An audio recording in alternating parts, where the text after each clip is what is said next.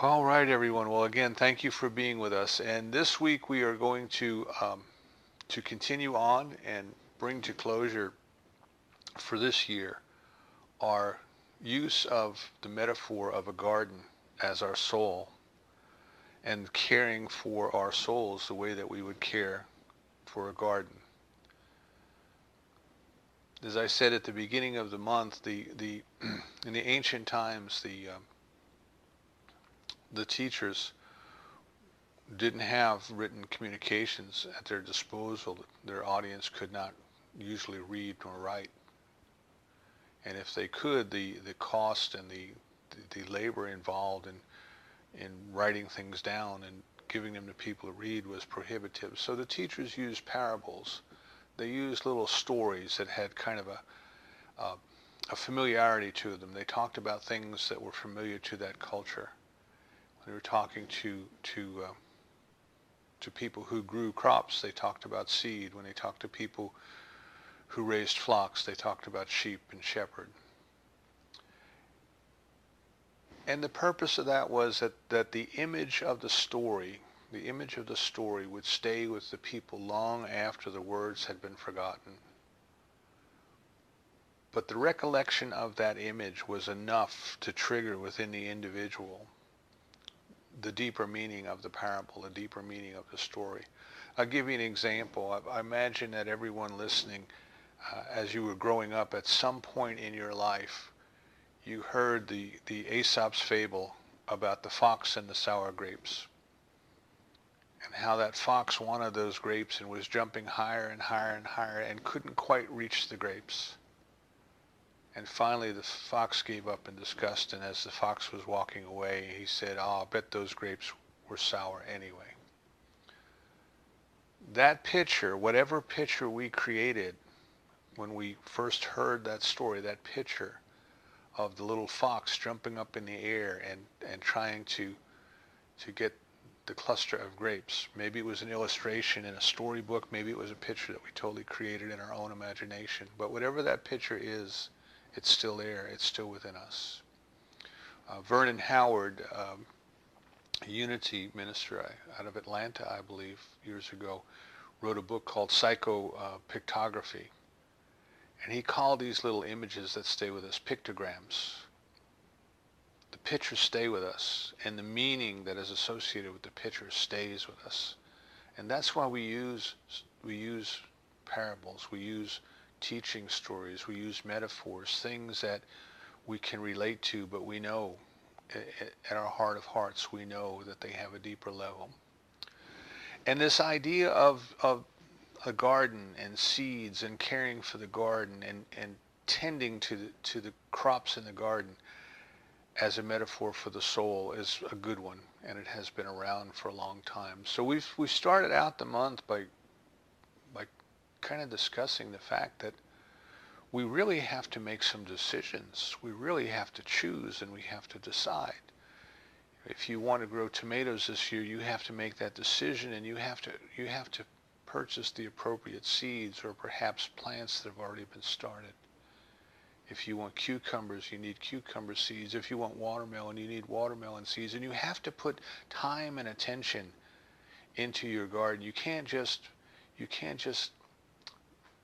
let your garden prop up by itself.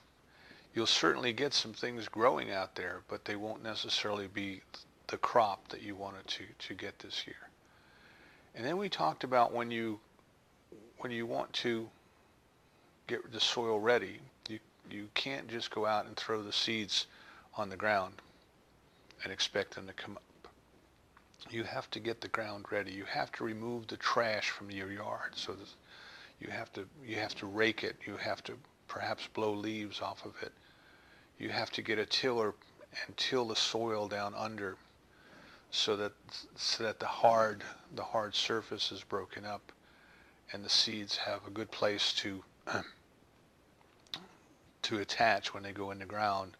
Maybe you want to till down some compost or some other organic material to loosen the soil up so that when the seeds start to grow, they're going to be able to get their roots down. And maybe you live in an area where there's a lot of clay, and the soil tends to turn into clods even after you till it. It turns right back into clods, and then you have to go out and you have to break those up. So there's a lot of time and there's a lot of attention that has to be put into caring for the garden, just getting it ready to go.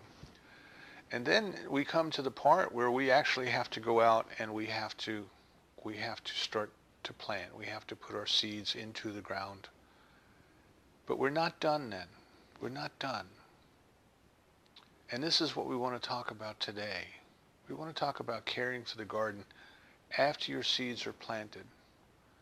We want to talk about weeding and feeding. You know, in our human experience, we can get distracted very easily. There's just so much going on in this world. There's just so much that we can pay attention to, so much fun that we can get into, so many concerts that we can listen to, just all kinds of things that we can do.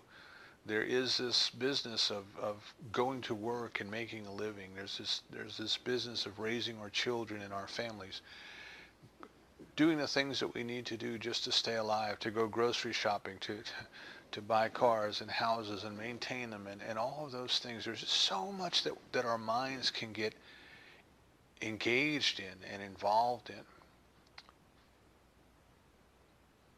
that it's easy for us to get excited about something and then quickly get distracted from it and lose interest in it. And when we first moved to North Carolina from New York City, we moved to an area that was still very rural. And many people still had small farms, 10 to 15 acre farms, and those who didn't have farms, they certainly had gardens. Now, in New York, we might consider a garden to be a patch of dirt 3 feet by 3 feet.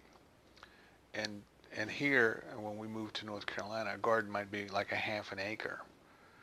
So it was not uncommon to see people who would come home from work, and after they had something to eat, they would go right out in their yard and they would be working, and you would see them working in the garden, and the neighbors would go out and you'd be waving to one another as everybody would be out taking care of what they had planted that year. So at the beginning of the year, you could see that the ground had been tilled. You could see that people were getting ready. You could see that the rows had been plowed. You could start to see little sprouts of seeds as they came up. You might be able to tell after a while what was growing there. Was it corn? Was it beans? Was it tomatoes? But then what would happen is, as the summer came along, as it got hotter and hotter, as people would get distracted perhaps by going down to the lake or to the pool or going on vacation or all these other things, you could see the gardens start to suffer. You could see that the gardens weren't being taken care of.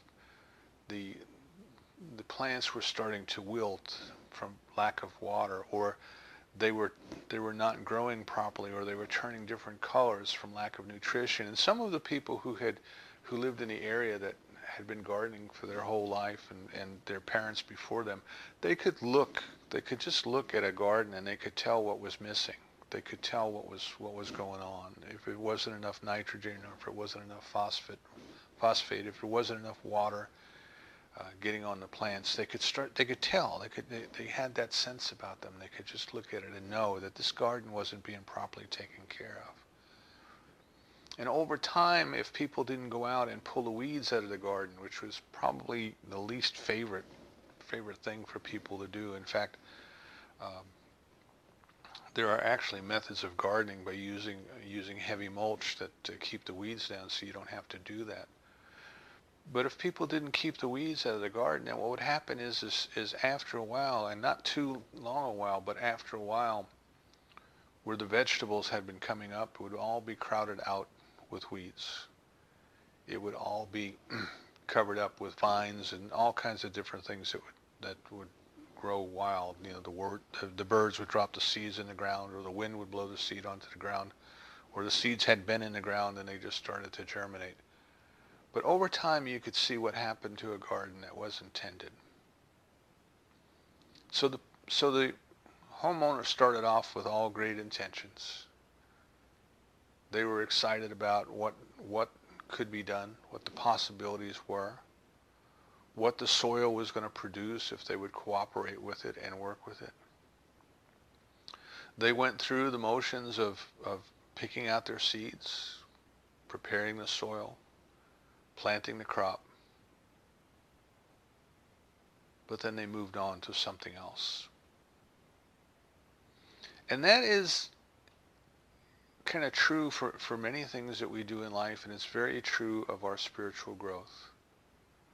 We sometimes get very excited at the beginning of the year. We have another year. We've been blessed with another year, an opportunity to come to know the divine in our lives, its activity in our lives, its presence in our lives, to know it more fully, to experience it more dearly.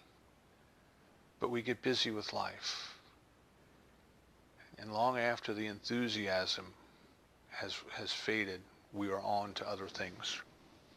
So this business that we're talking about today of weeding and feeding is a way of keeping ourselves on task, on focus, a way of bringing ourselves back to the business at hand. What is it that we are trying to do? What is it that we really wish to experience here?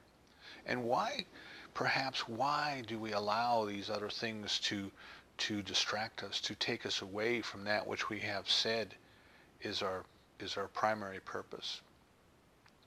Our primary purpose being to know and to discover God in us, as us, and through us. And here we have to look, for just a moment, we have to look at the difference between the human ego and the spirit, or the soul, if you will. Our soul, what we call our soul, is that place in consciousness where the divine has become individualized as us. That's the definition I'm using of soul. That's the way I think about it when I use the word soul. It is that place in consciousness where the divine has become individualized as us. It is the very presence of God as us. It is the very presence of God within us. We may not recognize it fully. We may not act as if we're aware of it, but it is the very presence of God within us. Now that is what the Christ means, is an individual who is completely aware of that presence of God, aware of the fact that of our own selves we do nothing, but the divine within us does the work. The God within us does the work. The Spirit within us does the work. But that little spark is there. The poet said it's the spark that we can desecrate, but we can never destroy. That little spark is there, and if we stop and think about it, none of us knows how to beat our own heart. None of us knows how to make our lungs extract oxygen from the air and put carbon dioxide back into it. None of us knows how to take a ham sandwich and as Dr. Holmes would say, and to tell it how to become muscle or bone or eyes or teeth. But there is a knower within, there is a doer within that takes care of all of that. It is there, whether we recognize it or not. It is there. And that presence, that love, that power, which we can call God or Spirit or the divine, by whatever name we choose to call it, it has created us out of itself. It has individualized itself as us. And it has allowed us to develop an idea of separation, an idea of apartness, an idea of difference. So the human ego, if we want to think of it this way, the human ego is a collection of ideas, and usually they are ideas about how we are different, how we are separate, how we are apart. You kind of think of thousands and thousands of years ago when the earth wasn't very populated, and one group of people may go a lifetime without bumping into another group of people. But as the populations grew and people started to encounter one another more and more, the The different cultures would kind of come together. And this is when cities were formed. This is when people started building walls. They needed to build walls to protect themselves because those other people were different than they were in their mind. They were different than they were. And people start to define, the human ego starts to define itself in terms of what it is not. It defines itself in terms of differences. It defines itself in terms of apartness and otherness. And you can hear this kind of as parents are explaining to children why this other group of people is different than they are. We are not like those people over there. And in many cases, these stories emerged as a way perhaps of people believing that they were protecting their children from harm. Don't go play with those people over there because we don't know much about them. They're not like us. They're dangerous. So our first kind of entry into awareness in this earth is about being different, about being apart, about being separate. And in the Eastern tradition, they talk about it as if you were becoming aware, you were coming into consciousness, and you found yourself laying on a floor in a room, in a house with windows. And what you would do as you started to awaken is you would push away from the floor. You would use your hands and your knees, and you would push yourself up, and you would get up off the floor. So the process of defining ourselves and finding ourselves is a process that begins with pushing off and pushing away. And this is our way of declaring ourselves to be different than, apart from, separate from one another, from nature, and from God itself.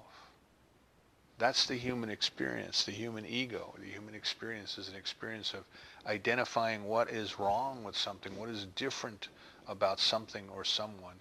And it is an experience that is in many cases filled with negative ideas, that is, ideas of what is wrong, or ideas of criticism. Listen to the talk, if you will, around the water cooler. Listen to the talk on the radio. Listen to the talk in the newspapers. And so much of it is just simply pointing out what is wrong with another position or another person or another government or even another religion. So one of the ways that our ego reinforces its uniqueness, its separateness, its apartness, is by condemning, criticizing, and complaining, or tearing down other people, other things. I have a Chevy, you have a Ford. I wouldn't have a Ford because, and then I tell you all of the reasons why I don't like them. And of course, other people have Fords and they think that they're absolutely fine, and they may think that that Chevys are the cars that they wouldn't have. They're just a difference of opinion is all it is, a difference of choice. But yet, we don't seem, in our first stages of awakening, we don't seem able to accept the differences, to accept the fact that owning a Ford is just as good as owning a Chevy or some other car, that each of us gets to go choose of our own self. So that is the way of the world, and that is the world that we live in, and that is, as Joel Goldsmith says, that is the world that mesmerizes us with its own idea of itself, with its own rules, with its own regulations, with all of everything that keeps us distracted from the true purpose of our life, from the most important thing that we will ever have an opportunity to do in our life, and that is to discover our soul, to discover our divine union, to realize that there is that within us that transcends every human boundary, even the boundary of death. It transcends time and space. It transcends every lack, every limitation. It transcends every idea of illness. It is perfect love.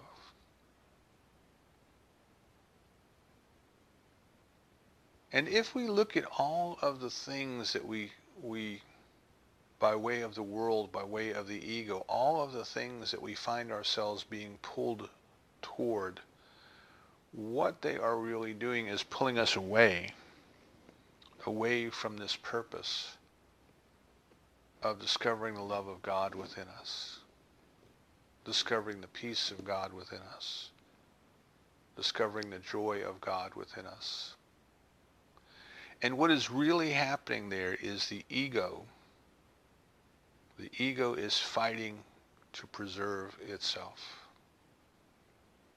Because when we get into the experience of God, when we get into the experience of complete unity, when we get into the experience of the oneness, of the I amness, of the beingness, then all of the false ideas that the ego has bought into and that the ego has provided us with, that the ego uses to convince us that we are separate from and different than, see, all of that goes away. It's as if the ego is afraid it's going to die. And it's not going to die, it's simply going to be transformed. But it doesn't know what that's like, and it's afraid of it. So every time we try to move closer in our spiritual practice, closer to the experience of God, then what happens is the ego finds a way to say, hey, but what about that over there? Or what about this over here? And let's go do this and let's go do that. And what happens then is the gardens of our soul, the gardens that we started the year of saying, yes, this is the year I'm going to have a bumper crop. This is the year that I'm going to truly dedicate myself, my time and my attention to caring for the garden of my soul. This is the year that I'm going to do the one thing that is most important in my life, which is coming into a closer experience of the divine. What happens is we get pulled away from that. And the crops don't get watered and they start to wither. And they don't get the proper nutrients and they start to turn colors. And then the weeds of erroneous thinking take root in the ground that we had prepared for the crop of the soul. And then our divine ideas start to get choked out, choked off by the vines and the weeds and the things that grow up wild. So what we want to remember this year, we want to keep that picture. What kind of garden are we having this year? What kind of garden are we growing? Is the spiritual garden that we're planting one that at the end of the year is going to give us a great crop of fruits and vegetables? Or is it one that we'll look out the window at and say, wow, boy, that got away from me this year. Nothing to do now but go plow it under and hope for next. And the way that we can keep it from becoming a wasteland, so to speak, the way that we can ensure that it becomes a beautiful garden, a beautiful place, a beautiful experience of God, is to remind ourselves daily of the importance of what we are doing. The first thing is there's nothing more important. There's nothing more important. And we think, well, I need money to live, I need cars to drive, I need houses, I need food, I need all these things. And we must go back and remember the promise. Seek ye first the kingdom, and all of these things will be added unto you. See, the ego likes to be smart and say, I know how to make a living. I know how to make money. I know how to buy houses. I know how to do all these things. And we think, well, I better listen to the ego because it knows. But the promise is, seek ye first the kingdom, and all of these things will be added unto you. There is a knower within that built the universe, that knows how to do everything, that is functioning through everyone that you will ever need to help you. And if we can turn to it, and if we can make our connection with it, and if we can allow it to unfold through us and as us, instead of trying to do it by ourselves, by our wit, by our will, by our egos, we will find that these things come to us easier and better for the highest good of all concerned. So what we are doing in growing our soul is we are doing something that will last for eternity. In going out and making a living, we are doing something that won't even last a lifetime. So we want to impress upon ourselves the importance of what it is that we are doing. And we want to recognize that it takes work. It takes activity, at least. We have to be busy with it. You know, in our human in our human experience, our human way of doing things, we are governed by, as the Buddhists call it, grasping or aversion. We're either trying to get something or we're trying to get away from something. You know, we want to get pleasure, we want to avoid pain. That seems to be what motivates us as we go through life. At the low level, at the level 1 consciousness, we think that having things is going to make us happy, or having certain people in our lives is going to make us happy, or having that particular car is going to make us happy, and we try to grasp it. And when it comes to unpleasant things like work, we try to figure out how to get out of it. I know you know people who spend more time trying to figure out how to get out of work than it would take them to actually do whatever it was that is in front of them. That is part of the human experience. That is part of human nature. But if you think about it, if you think about playing, now play is an expenditure of activity, and people will spend more energy playing than they will working, but they don't complain about playing. You know, if you ask them to do 8 hours worth of labor, they'll come back in and tell you, oh my goodness, that was so hard, I'm so tired, I need to rest, and all these kind of things. If they go spend 8 hours playing a sport, they'll come back in and they'll tell you, what a great day we had, what a wonderful game. I got a few aches and pains, but you know, it's worth it. And what is the difference between work and play? And it's the attitude. It is the mindset. So we have to recognize then that as we do our spiritual growth, it's not necessarily going to be easy. That it's going to require our time and our attention, but we have to get ourselves in the mindset that it's more like play than it is like work. It is not a drudgery or a struggle, but it is rather a joyful activity, and it is an activity in which we are reaping the greatest rewards.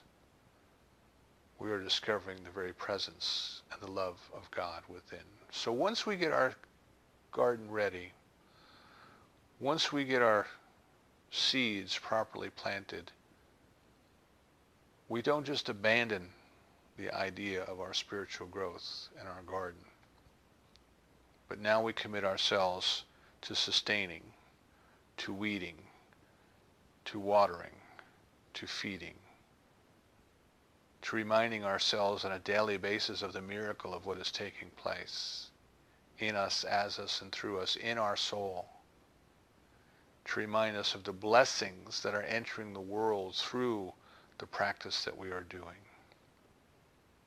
And there's just some very simple things that we want to consider. You know, we want to start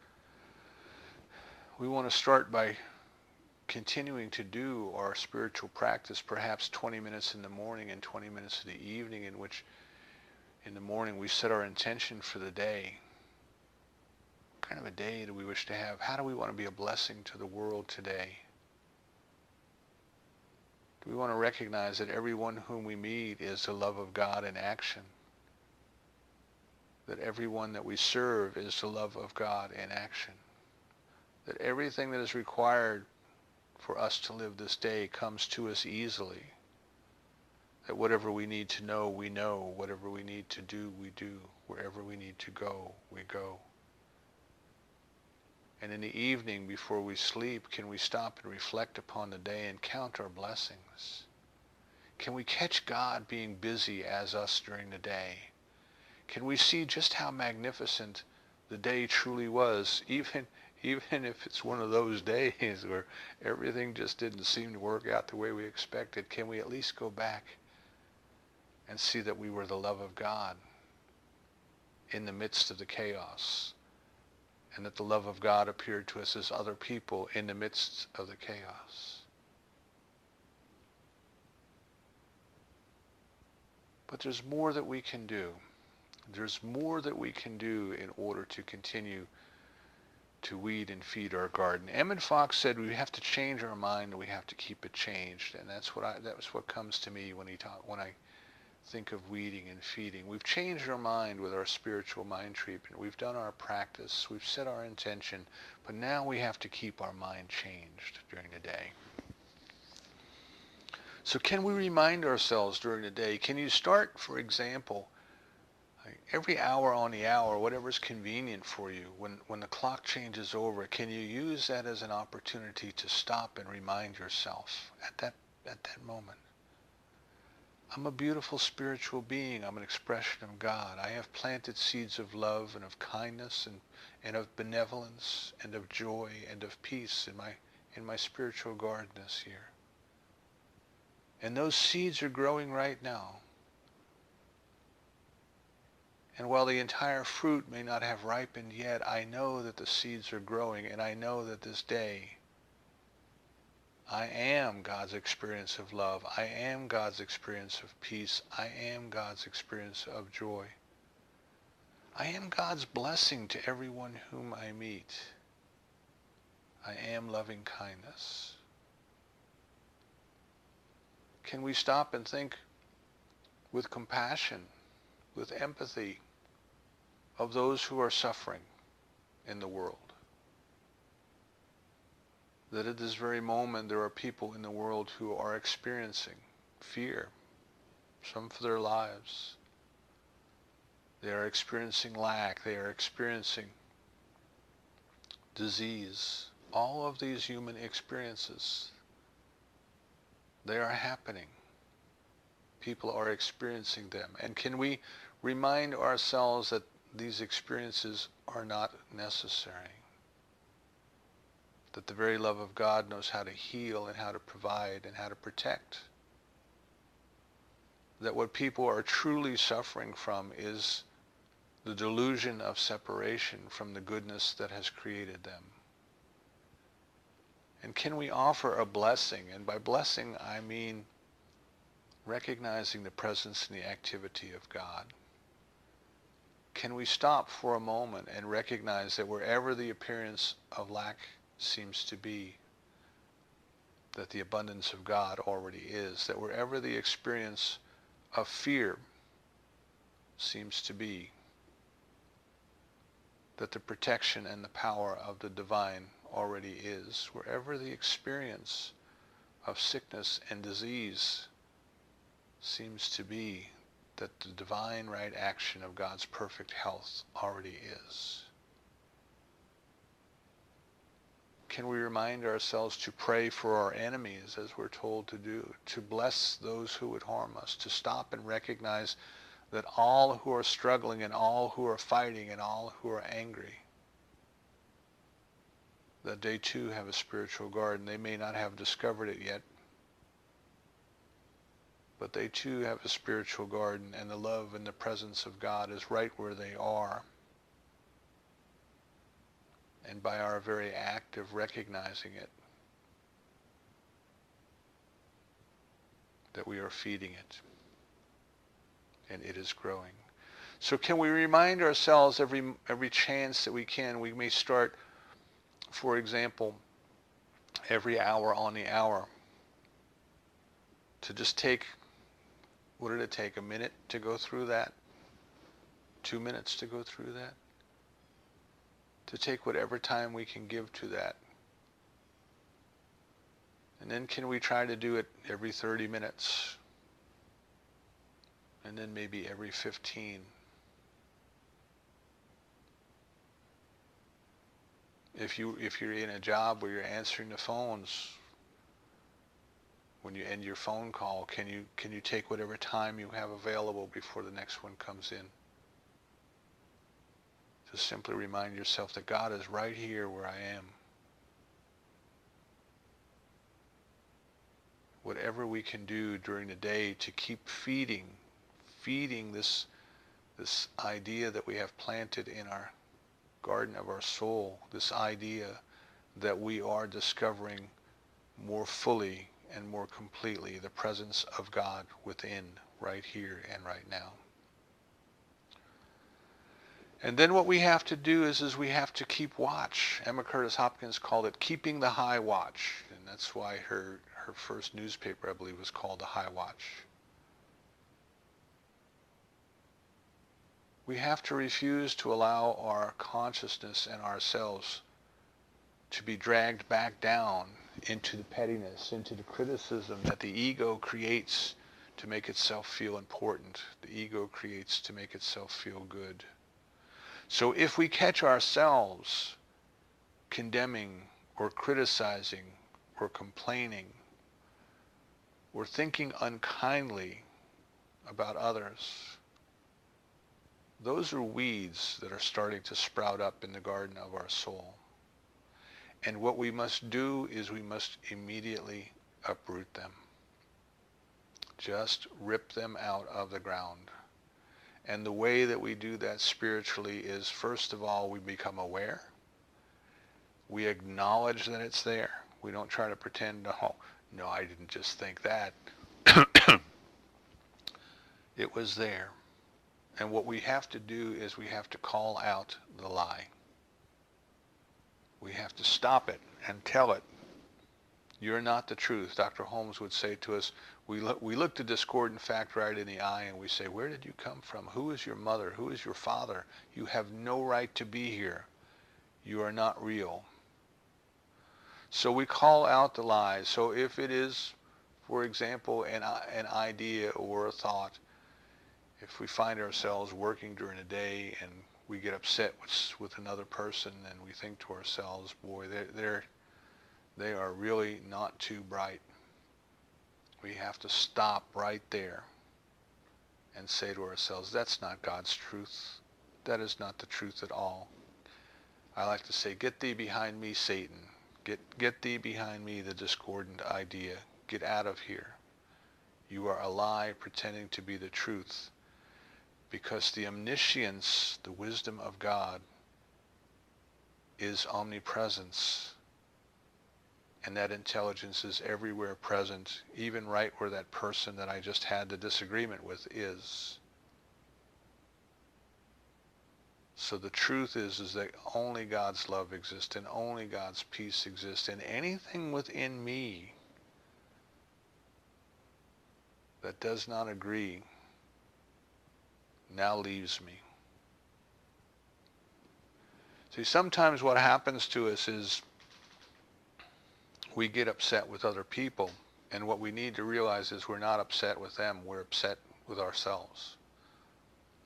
That they have shown to us a part of our consciousness where even though we may start the day by saying that God is all there is, perfect, whole, and complete, only the unity of God's love exists in this world. They have revealed to us an area in our consciousness where we don't yet believe it. So we should be thankful that they have given us an opportunity to pull that weed from our garden, to get it out, to cast it on the ground where the sun can dry it up, where our denials and our reaffirmations can deal with it. So we pull it out and we say that's not the truth, and then we state what the truth is. The truth is that God's love is the only thing that there is. God's power is the only thing that there is. And God's wisdom, and it is omnipresence, and it is right where whatever the situation that I was upset with is. And it makes the crooked ways straight. And it heals all wounds. So in this manner then, what we are doing is we are lovingly and gently and tenderly caring for the garden of our soul. But not just a few minutes here and a few minutes there, not just a few minutes in the morning and a few minutes in the evening, but every minute of every day that we are awakened. And we can even learn how to do this as we sleep. We can even learn how to go into our dreams, and when we are dreaming, to choose to act in our dreams in a manner that represents our spiritual beliefs, to conduct ourselves in a manner that is for the highest good of all, to refuse to buy into the negativity, to refuse to buy into negative emotions, but to practice being the spiritual beings that we know that we are. And then of course that practice carries over into the day, because what we come to realize is that the experience that we have during the day is just another sort of a dream. That we do have the choice all day long to act and to react and to conduct ourselves as the spiritual beings that we truly are. So what we want to remember is the most important thing that we can ever do and that we will ever do is to care for the garden of our soul. To plant seeds of love and of kindness and of peace and of joy. To take the time to be with our soul. To recognize what it is, the very presence of God within us, individualized as us.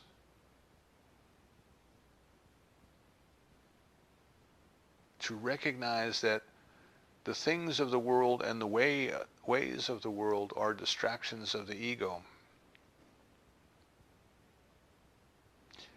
And they're no longer for us. We no longer give them our time or our attention. But we take time. We make time. We remind ourselves on a regular basis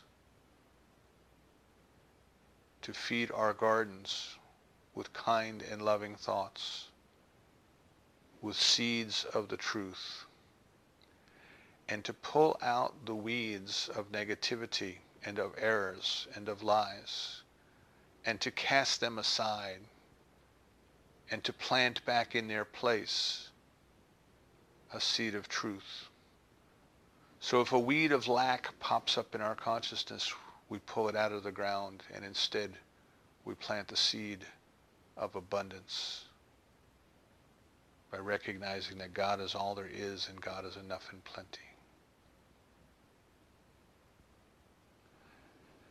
Working the soil of our soul then becomes a full-time activity for us, but not work. Play, joy, fun. We catch God being God as us. We catch the law in operation as wonderful things happen through us and around us. And along the way, we are going to be able to harvest our vegetables, to pick our fruits, in biblical terms, to see the signs following. As we dedicate ourselves to caring for the growth of our souls, our lives change. Now, when we plant a garden, we might think that comes the fall, we're going to reap the rewards in the forms of a bumper crop that we can freeze or can preserve. And sometimes when we start our spiritual growth, we think, well, if I give my time and attention to my spiritual growth, good things are going to happen to me. And they will. But after a while, what we'll find is that the best thing that happened was that we learned how to get in touch with our soul. We learned how to get in touch with God. Nothing else matters. Everything else will change. Everything we know will fade. But our relationship with the divine can only grow deeper and deeper and deeper if and when we take the time to choose our seeds, prepare the soil, and tend to the garden by weeding and feeding. So I invite you this year, I invite you this spring, every time you step out the door and every time you see something blooming, remind yourself that your soul is the very place where God blooms on this earth, and you care for your soul lovingly, kindly, and completely. And so it is.